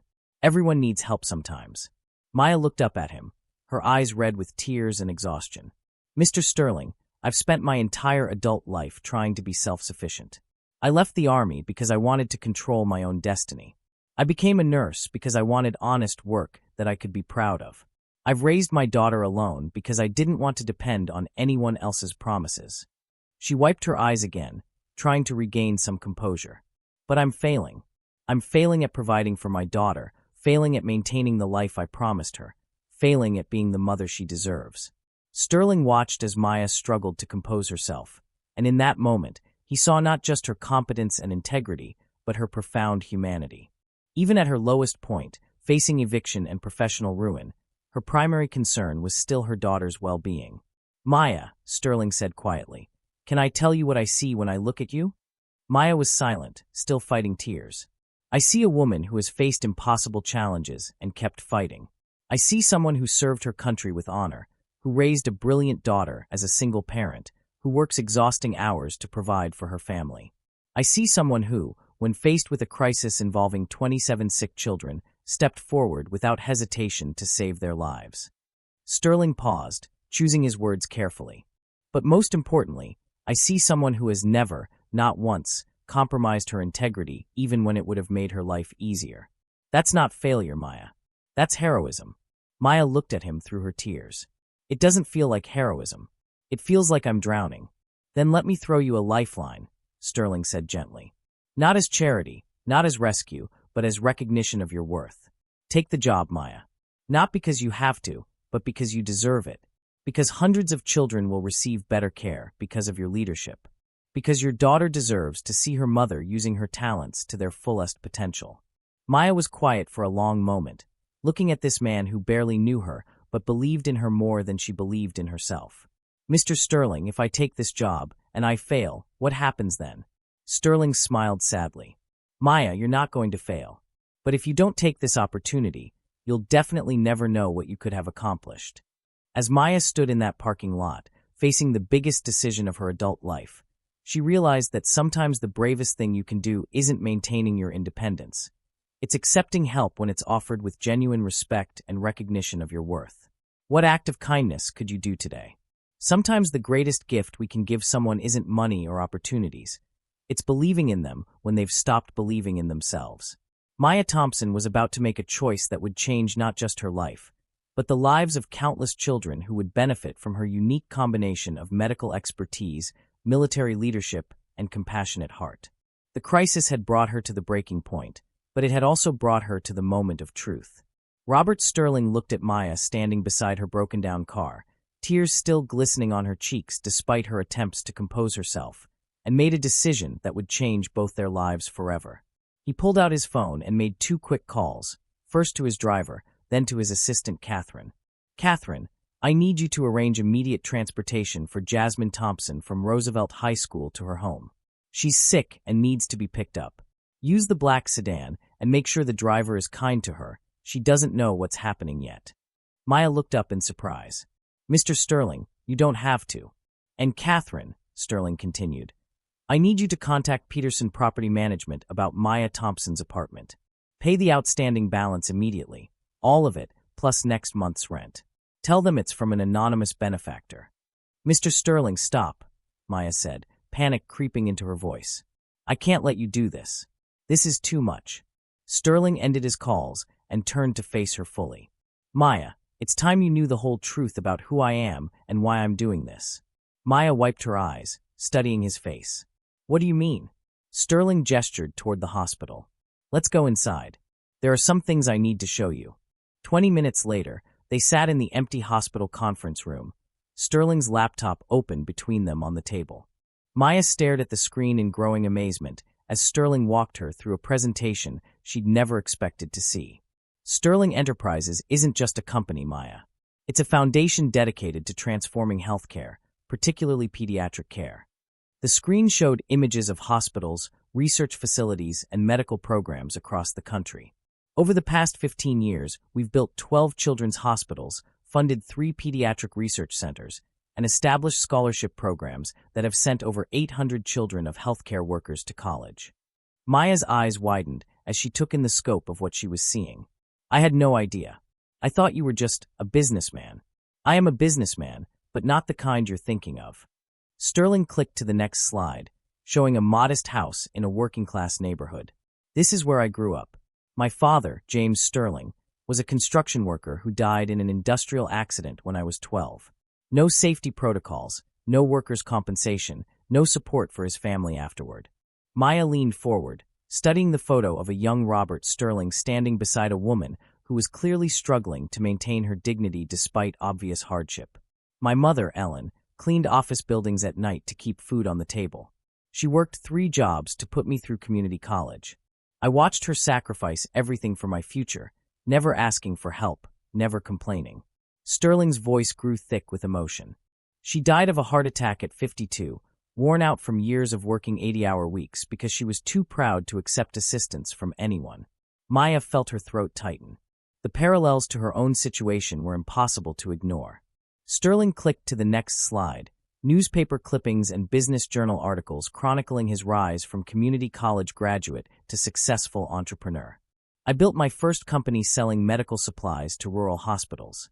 Made my first $1 million by age 30, but the money never felt real to me. It felt like something that belonged to someone else. What changed? Maya asked quietly. Sterling's expression grew serious. I was visiting a children's hospital in Detroit, one of my clients, when I witnessed something that changed everything. A little girl, maybe 6 years old, had been in a car accident. She was critical, and the emergency room was chaos. But there was one nurse, an older black woman named Dorothy, who took control of the situation just like you did 3 weeks ago. Maya felt her breath catch. Dorothy organized the response, calmed the family, coordinated with the doctors, and saved that little girl's life through sheer competence and determination. Later, I learned that Dorothy was working double shifts to pay for her grandson's medical school, that she'd been passed over for promotions repeatedly despite being the most skilled nurse in the hospital, that she was making less money than nurses with half her experience. Sterling leaned forward, his eyes intense with memory. That night, I realized that the healthcare system was full of people like Dorothy, extraordinarily talented individuals whose contributions were undervalued, whose potential was wasted because they didn't fit the traditional mold of leadership. Maya was beginning to understand. So you started the foundation. I made Dorothy the head of nursing at the first children's hospital I built. She transformed that department, mentored dozens of young nurses, and developed protocols that are now used in hospitals across the country. She worked until she was 73, not because she had to, but because she loved what she did. Sterling clicked to another slide, showing an elderly black woman receiving an award, surrounded by colleagues and family members. Dorothy passed away 2 years ago, but her legacy lives on in every nurse she trained, every protocol she developed, every life she saved. She showed me that true leadership isn't about titles or degrees. It's about character, competence, and the courage to act when action is needed. Maya stared at the photo, understanding dawning in her eyes. And you think I'm like her? Maya, I don't think you're like Dorothy, Sterling said quietly. I think you are Dorothy, 20 years younger, with military training that makes you even more capable than she was, but trapped in the same kind of undervalued position because the system doesn't recognize your true potential. Sterling closed the laptop and looked directly at Maya. 3 weeks ago, when I watched you take command of that emergency, I saw Dorothy all over again. The same calm authority, the same natural leadership, the same absolute commitment to saving lives regardless of personal cost. Maya felt tears threatening again, But this time they weren't tears of despair. They were tears of recognition, of being truly seen for who she was. But it wasn't just your medical competence that convinced me, Sterling continued. Over the past few weeks, I've watched you interact with patients, families, colleagues. I've seen your integrity, your work ethic, your genuine compassion. I've seen you put others' needs before your own, consistently and without expectation of recognition. Maya's cheeks flushed slightly. You've been watching me? Sterling nodded, not apologetically, but with the directness of someone explaining a business decision. Maya, I don't make $100 million investments lightly. Before I offer someone a position that will affect thousands of lives, I need to know who they really are. And what I've learned about you has exceeded every expectation I had. Sterling stood and walked to the conference room window, looking out at the hospital corridors where Maya had spent years quietly serving others. I know about your military service. 3 tours in Afghanistan, 2 Bronze Stars, a Purple Heart. I know you left the army not because you couldn't handle the responsibility, but because you wanted to be present for your daughter. Maya's stomach tightened. Mr. Sterling, I know about your financial struggles, about the double shifts you work to pay for Jasmine's future, about the sacrifices you make daily to maintain your independence. I know about the eviction notice, the car repairs, the state investigation that's threatening your license. Maya felt exposed, vulnerable in a way she hadn't experienced since her military discharge interview. Why? Why did you need to know all that? Sterling turned back to face her. Because I needed to understand what drives you. I needed to know if your heroism that night was situational or fundamental to who you are. And Maya, what I discovered is that you've been performing acts of quiet heroism every single day for years. Sterling returned to his seat, his expression growing more earnest. The job offer I made wasn't charity, Maya. It was recognition. I need someone to build and lead the emergency services department at Sterling Children's Hospital because I believe you're the most qualified person for that position. Not because you need help, but because you're the best person for the job. Maya looked at him searchingly. But why now? Why not wait until the hospital is built, until you've found other candidates to compare me against? Sterling smiled slightly. Because the kind of person I'm looking for, someone with your combination of medical expertise, leadership experience, and moral character, doesn't come along often. And when they do, they're usually already in positions that recognize their worth. He paused, choosing his words carefully. Maya, you're not in a position that recognizes your worth. You're working beneath your capabilities, earning less than your skills deserve, in an environment that doesn't challenge you. That's not your fault, it's the system's fault. But it's also an opportunity for both of us. Sterling opened a folder he'd brought with him and slid a formal document across the table. This is a complete job offer, Maya. Director of Emergency Services at Sterling Children's Hospital. $180,000 annual salary, full benefits, education assistance for dependents, moving allowance, and a $50,000 signing bonus to help with your current financial situation. Maya stared at the document, the numbers swimming before her eyes. It was more money than she'd ever imagined earning, more security than she'd ever dared dream of for herself and Jasmine. But it's not just about the money, Sterling continued.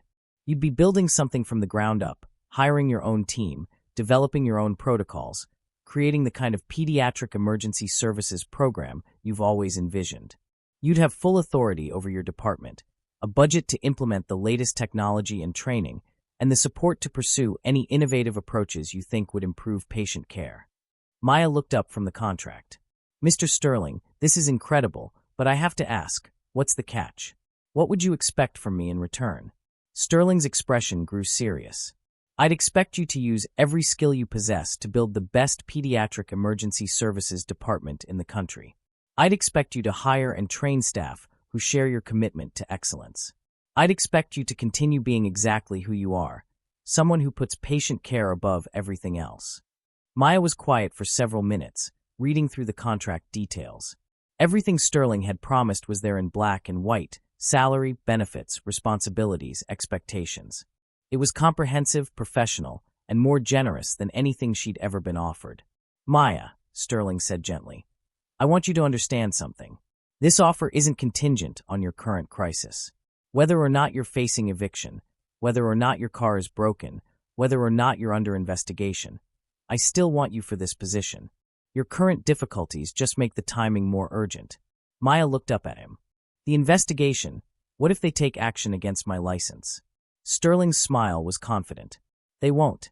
I've already had my legal team review the incident report and the complaint. Everything you did was medically appropriate and legally defensible.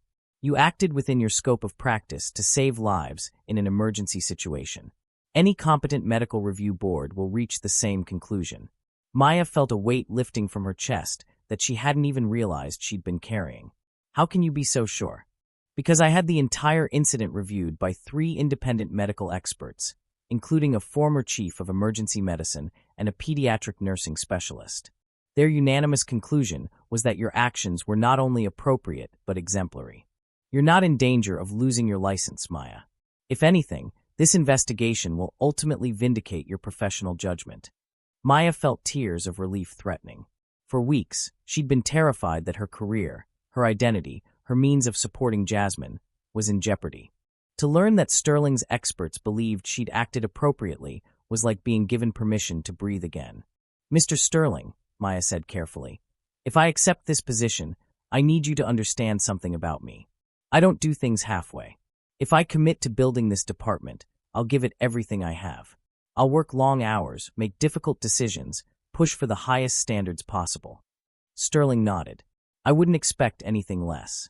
And I need autonomy, Maya continued, her voice growing stronger. I can't work in an environment where every decision has to be approved by administrators who don't understand patient care. If you want me to build something exceptional, I need the authority to make it happen. You'll have complete operational authority over your department, Sterling assured her.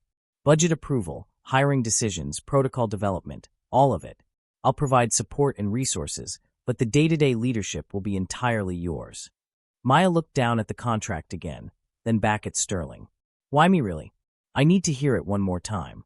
Sterling leaned forward, his expression intense with conviction. Because 3 weeks ago, when 27 children were dying, you didn't hesitate. You didn't wait for permission or approval. You saw what needed to be done and you did it, using every skill you possessed to save lives. That's the kind of leader I need, someone who acts decisively in crisis situations, someone who puts patient welfare above personal comfort, someone who has the courage to take responsibility when it matters most. Sterling paused, his voice becoming softer but no less certain. And because I believe that talent combined with character is the rarest and most valuable combination in the world. You have both, Maya.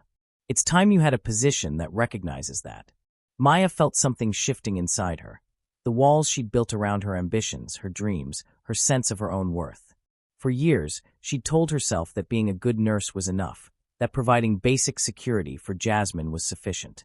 But Sterling was offering her the chance to be more than sufficient, to be exceptional. When would you need an answer? Maya asked quietly. Sterling smiled. Take whatever time you need. But Maya, I hope you'll say yes. Not just because I think you're perfect for this job, but because I think this job is perfect for you. As Maya sat in that conference room, holding a contract that represented everything she'd never dared dream of, she realized that Robert Sterling had given her something even more valuable than a job offer. He'd given her back her belief in her own potential.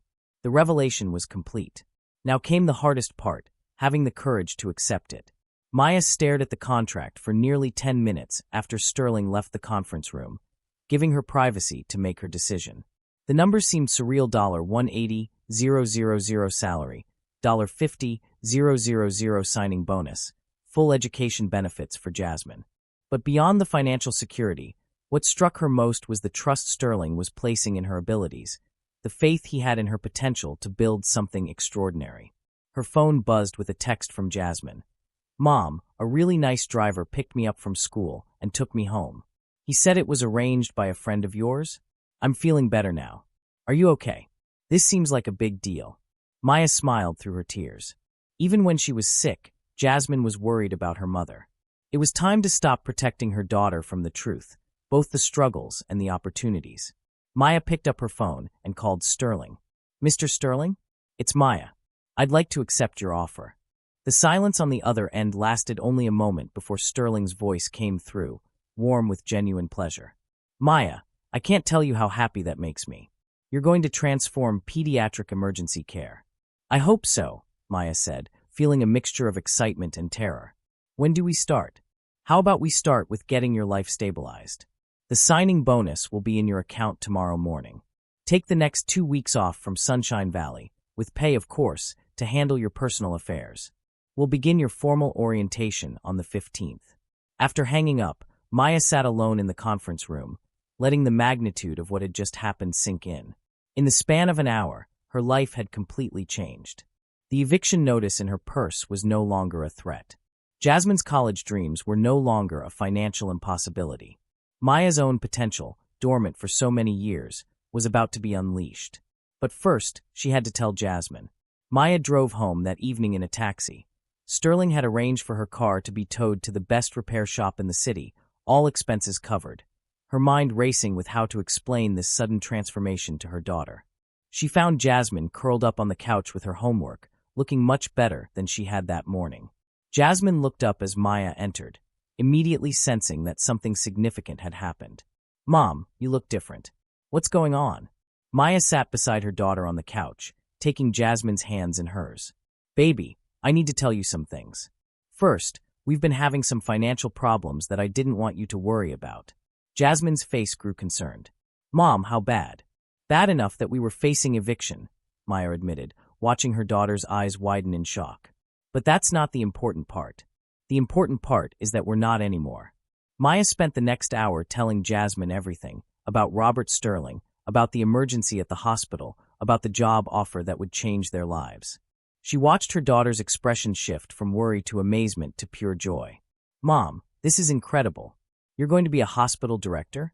You're going to build an entire department from scratch." "I am," Maya said, still hardly believing it herself. "And you, my brilliant daughter, are going to be able to attend any college you want without worrying about the cost." Jasmine threw her arms around her mother, both of them crying happy tears. "Mom, I'm so proud of you. I always knew you were special, but I didn't realize other people could see it too. Mr. Sterling saw something in me that I'd forgotten was there," Maya said softly. "He reminded me that I'm capable of more than I've been allowing myself to be." Over the following weeks, Maya's transformation was remarkable to witness. The stress lines around her eyes began to fade, her posture straightened with renewed confidence, and there was an energy about her that hadn't been there in years. Her last day at Sunshine Valley was emotional. The staff had organized a small farewell party, and many of the families she'd cared for came to say goodbye. Timothy Sterling was there with his grandfather, the little boy insisting on giving Maya a drawing he'd made of her saving all the kids.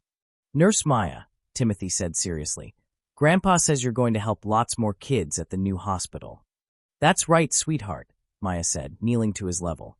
"But I'll always remember the kids here who taught me how to be brave." Dr. Williams pulled Maya aside as the party was winding down. "Maya, I want you to know that watching you work has made me a better doctor. The way you care for families, the way you anticipate needs, the way you never lose sight of the human side of medicine, that's something they don't teach in medical school." "Thank you, Patricia. That means more to me than you know." Janet approached with tears in her eyes. "Maya, this place won't be the same without you. Promise me you'll come visit." "Try to keep me away," Maya said, embracing her colleague and friend. As Maya cleaned out her locker, she found herself reflecting on the 8 years she'd spent at Sunshine Valley. They hadn't been wasted years. She'd learned invaluable lessons about compassion, resilience, and the profound impact that one person could have on the lives of others. But she was ready now to apply those lessons on a larger scale. The next phase of Maya's transformation began with her orientation at Sterling Enterprises. Sterling had arranged for her to spend 2 months visiting children's hospitals across the country, studying their emergency services departments, and meeting with leading experts in pediatric emergency medicine. Maya found herself in Boston, observing a pediatric trauma center, in Seattle, learning about innovative family support programs, in Philadelphia, studying staffing models and protocol development. Each facility she visited added to her growing vision of what the Sterling Children's Hospital Emergency Department could become. But it was during a visit to Denver Children's Hospital that Maya had her breakthrough moment. She was observing their emergency department when a mass casualty event occurred, a school bus accident with multiple pediatric victims. Maya watched as the staff responded with competence and dedication, but she also saw opportunities for improvement in their triage protocols, their family communication systems, and their resource allocation. More importantly, She found herself mentally redesigning their response based on her military experience and pediatric nursing background. That evening, Maya called Sterling from her hotel room. "Robert, I think I understand now what you want me to build." "Tell me," Sterling said, and Maya could hear the excitement in his voice. "It's not just an emergency department. It's a comprehensive pediatric crisis response system. Medical excellence combined with family support, military-style logistics integrated with child-centered care. We're not just treating medical emergencies. We're supporting families through the most frightening experiences of their lives." Maya spent the next hour describing her vision, a department where medical staff were trained not just in clinical protocols, but in trauma-informed communication, where families had dedicated support coordinators from the moment they arrived, where the physical environment was designed to reduce anxiety for both children and parents, where community partnerships allowed for follow-up care and prevention programs. "Maya," Sterling said when she finished, "what you're describing is exactly what I hoped you would envision. You're not just thinking like a nurse or even like a director. You're thinking like a true leader." Construction of Sterling Children's Hospital began 6 months later, with Maya deeply involved in every aspect of the emergency department design. She worked with architects to ensure optimal patient flow, with technology specialists to implement cutting-edge equipment, and with human resources to develop unprecedented hiring and training protocols. Maya's apartment had been transformed too. Gone were the stacks of overdue bills and the constant stress about money. In their place were architectural plans, medical journals, and college brochures for Jasmine, who had decided to attend her dream school and was considering following her mother's path into healthcare. "Mom," Jasmine said one evening as they reviewed floor plans for the new department, "do you ever think about how different things would be if you hadn't been working that night when all those kids got sick?" Maya looked up from the plans, considering the question. "You know, baby, I don't think it was coincidence. I think everything that happened, my military training, my nursing experience, being in the right place at the right time, all of it led to this moment. Do you think Mr. Sterling would have offered you the job anyway, even if he hadn't seen you during the emergency?" Maya shook her head. "No, I don't think so. And honestly, I don't think I would have been ready for it. That night reminded me who I really am, what I'm capable of when I stop limiting myself." 18 months after that life-changing conversation in the hospital conference room, Sterling Children's Hospital opened its doors. Maya stood in the gleaming emergency department she had designed and built, watching as her carefully recruited and trained staff prepared to receive their first patients. The department was everything she had envisioned and more. The triage area featured child-friendly artwork and comfortable seating for families. Each treatment room was equipped with the latest technology, but also designed to feel welcoming rather than clinical. The staff, 26 nurses, 8 physicians, and 12 support personnel, had been selected not just for their clinical competence, but for their ability to provide compassionate, family-centered care. Maya's office overlooked the main treatment area, allowing her to maintain oversight, while also providing a quiet space for difficult conversations with families. On her desk was a photo of the 27 children from Sunshine Valley whose medical emergency had started this entire journey. The first major test of Maya's new department came just 2 weeks after opening, when a daycare van accident brought in 12 injured children simultaneously. Maya watched from her office as her staff responded with the precision and compassion she had trained them for. The triage protocol she had developed, based on her military experience and pediatric expertise, allowed them to quickly assess and treat each child while keeping families informed and supported throughout the process. All 12 children recovered fully, and Maya received a letter from one of the mothers that she kept framed on her office wall. "Dear Dr. Thompson, I don't know how to thank you and your team for the care you provided my son after his accident. But more than the medical treatment, I want to thank you for treating our family with such kindness during the scariest moment of our lives. You saved more than my child's life. You preserved our faith in humanity." Maya had insisted the staff call her Director Thompson rather than Dr. Thompson, since she wasn't a physician, but the families they served often used the title anyway, recognizing her as the leader of the department that had cared for their children. 1 year later, Sterling Children's Hospital's emergency department had achieved national recognition.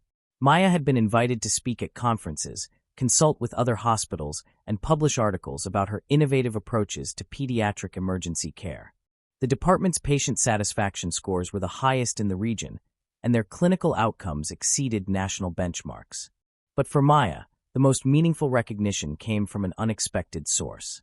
She was working late one evening when security informed her that she had a visitor, a young man who looked familiar but whom she couldn't quite place.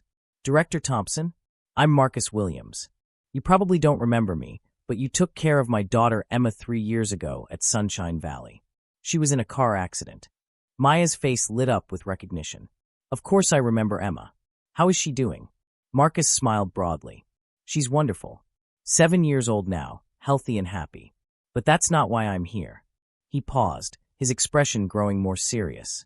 "Director Thompson, that night at Sunshine Valley, you didn't just take care of Emma's injuries. You took care of me too. You helped me understand what was happening, stayed calm when I was falling apart, and gave me hope when I thought I might lose her." Maya felt tears pricking her eyes as she remembered that terrified young father. "That experience changed my life," Marcus continued. "I went back to school to become a paramedic because I wanted to help families the way you helped mine.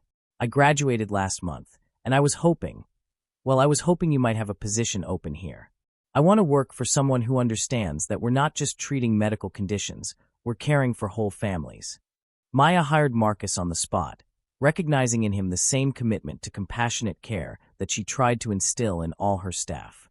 As Maya drove home that evening, in the reliable Honda she'd been able to purchase outright with her signing bonus, she reflected on the journey that had brought her to this point.